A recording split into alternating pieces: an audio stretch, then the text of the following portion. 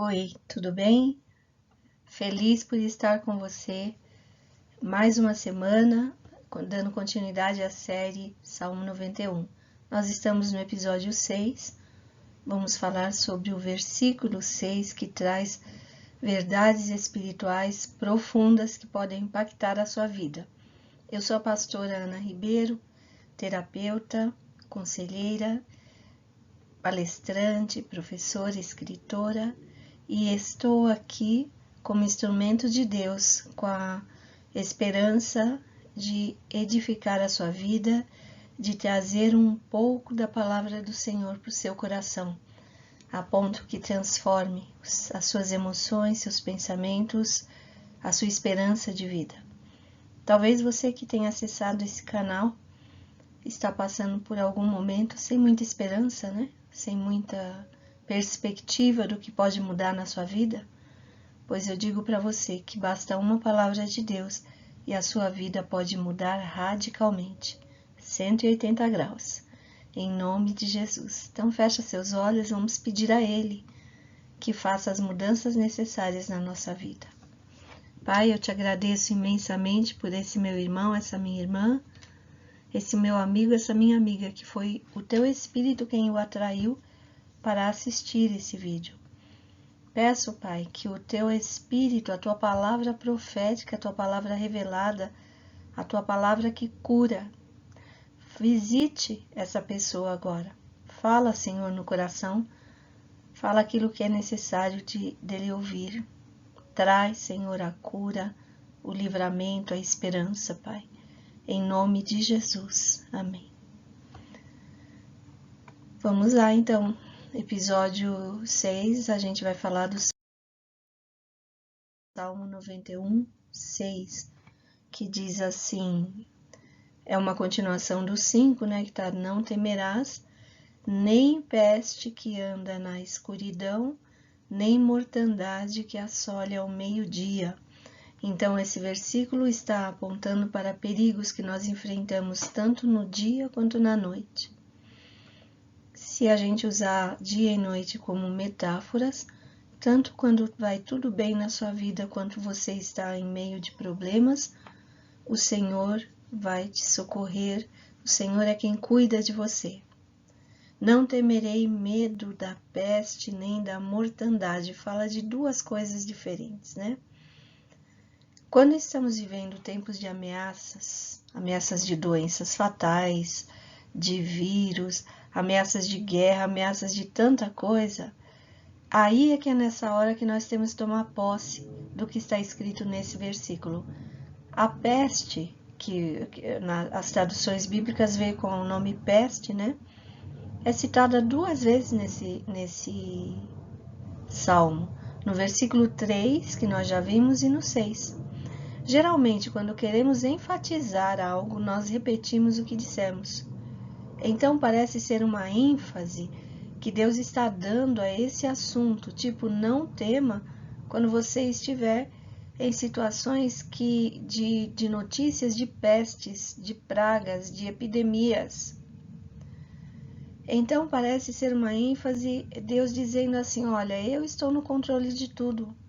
O Altíssimo conhecia a peste e o medo que se espalharia nesses últimos tempos que estamos vivendo hoje. Temos de mudar nosso modo de pensar. O mundo está sempre nos mandando mensagens de medo. É avisos de guerra, de invasão, de fome, de doenças, né? Mas com Cristo você não precisa viver assim preso nesses medos, nesses pânicos, nessas incertezas. Deus está com você hoje. Saiba de uma coisa, Ele estará com você amanhã, depois de amanhã, daqui 10 anos, quando você ficar bem velhinho, Ele vai continuar com você.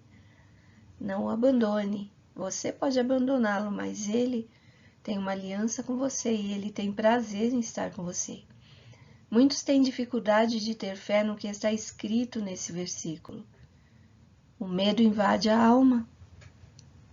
Mas lembre que fé não é um sentimento. Fé significa acreditar no que Deus diz em sua palavra. Você pode até não estar sentindo nada, né? nada emocional, chorar ou sentir um arrepio no físico mesmo, né? Quando você diz que crê, mas toma a decisão dentro de você, eu creio. Deus é o Criador e Ele deixou a palavra dele. O que está lá, eu decido acreditar. Quando decidimos crer no que Deus fala por nós, para nós, podemos ficar livres de amarras da lógica humana. A nossa lógica é limitada, é baseada em experimentos, é baseada no que os nossos olhos físicos veem, ou o nosso pensamento consegue coordenar as ideias. Por exemplo, quando cremos que Jesus levou todas as nossas enfermidades, a gente não precisa ficar amarrado mais nas heranças genéticas hereditárias que recebemos dos nossos antepassados. A gente começa a orar e renunciar e declarar a palavra: Jesus já levou, eu não vou carregar mais essa carga de enfermidade em mim. Isso é uma maneira de exercitar a fé. Você não está sentindo nada, mas você decidiu crer no que está escrito. Aliás, isso está escrito lá em Isaías. Quanto mais creio na palavra de Deus, mais consigo ser dependente dele, confiando em seus cuidados. E quanto mais dependente de Deus, menos amarrados nos meus próprios medos, incertezas e limitações também. Creio que estamos no tempo do fim, e eu imagino que você pense isso também. E muitas coisas têm vindo na humanidade, mas tudo isso já estava profetizado na Bíblia. Epidemia, pestes que assolam a humanidade não pegaram Deus de surpresa. Guerras, rumores de guerras, nada disso pegou Deus de surpresa. Lá em Lucas 21:11 está escrito: haverá grande terremoto, fomes e pestes em vários lugares, e acontecimentos terríveis e grandes sinais provenientes dos céus. Cristo nos redimiu da maldição da lei quando se tornou maldição em nosso lugar, pois está escrito: maldito todo aquele que for pendurado no madeiro. Gálatas 3:13. Coisas que vêm na nossa vida por conta de maldições, o Senhor já levou na cruz. Renuncie, peça perdão a Deus: Senhor, perdão pelo que erramos e abrimos portas para maldições desde os meus antepassados até hoje. Mas eu tomo posse da tua palavra que o Senhor já me redimiu. Eu não vou ficar debaixo de sentenças de maldição. E basta ter uma ordem de Deus e tudo cessa. Basta Deus dizer: chega, meu filho, seja curado. Chega de terremotos, chega de fome, chega de peste.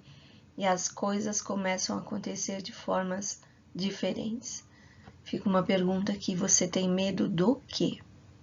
Seja sincero diante de Deus e diga: eu tenho medo de tal coisa.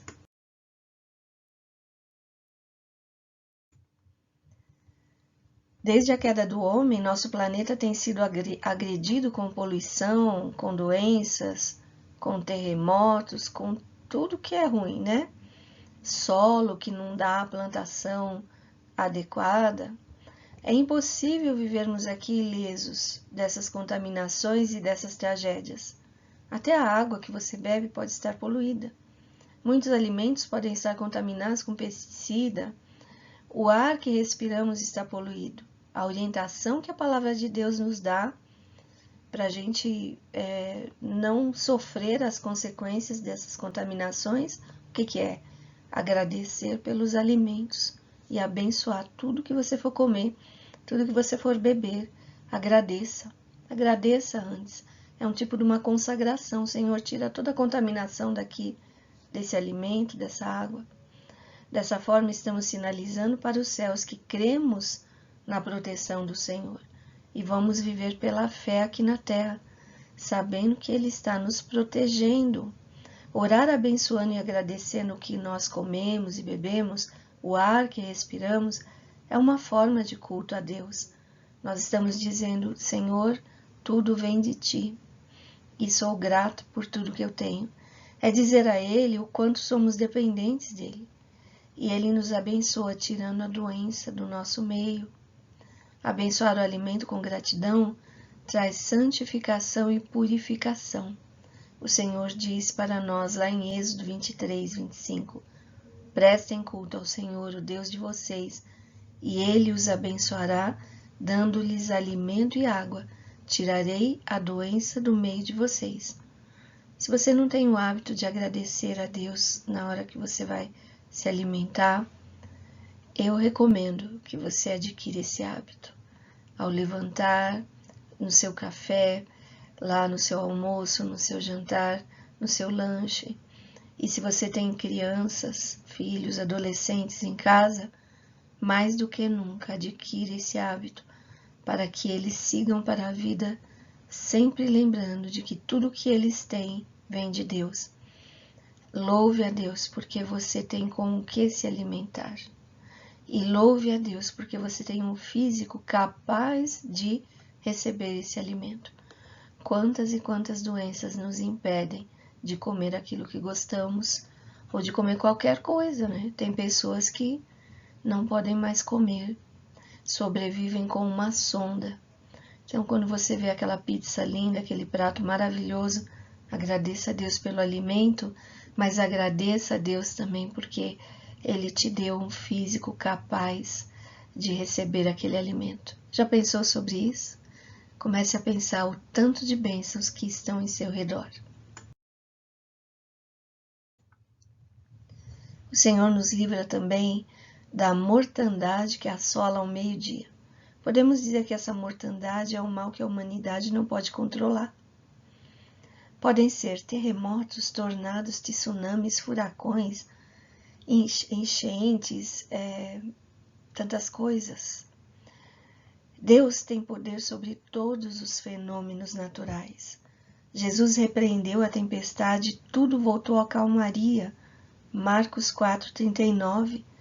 E ali ele estava nos ensinando, quando você estiver diante de uma situação de perigo, se estiver em alto mar e de repente tudo começa a ficar difícil, ore ao Senhor, repreenda o mal que está ali e peça o socorro de Deus. Todos os que estavam com Jesus naquele barco não sofreram dano algum. Fique no barco de Jesus. E mesmo vindo qualquer fenômeno estranho, qualquer situação difícil, o Senhor vai te guardar. Nós não podemos evitar os desastres naturais, mas o importante é que onde estivermos, devemos correr para o abrigo de Deus, para o esconderijo do Altíssimo. Lá nós não vamos entrar em pânico, o Senhor vai nos dar direções. Ali conseguimos ficar calmos, as tempestades da nossa alma se aquietam e conseguimos agir da melhor maneira possível diante das situações.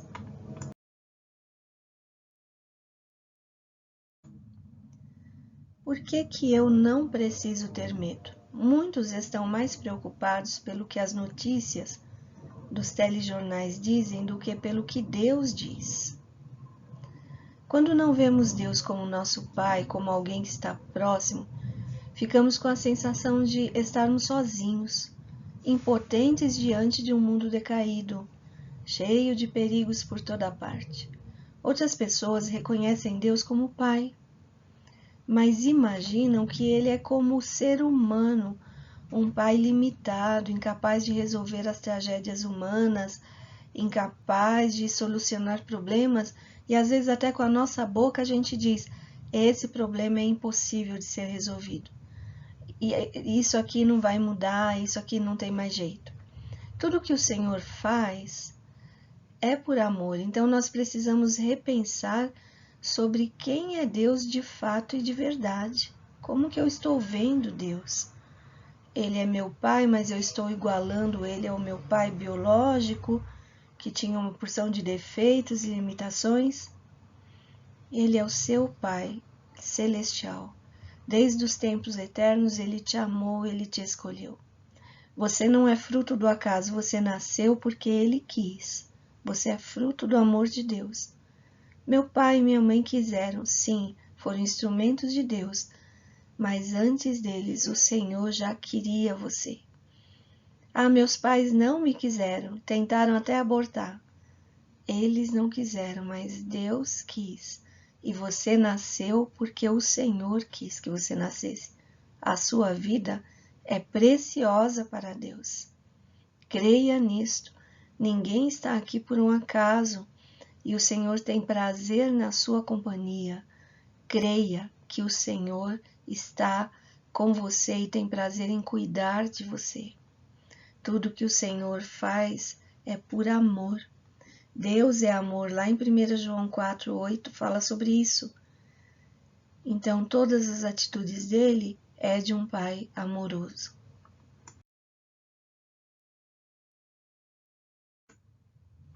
Viva por fé.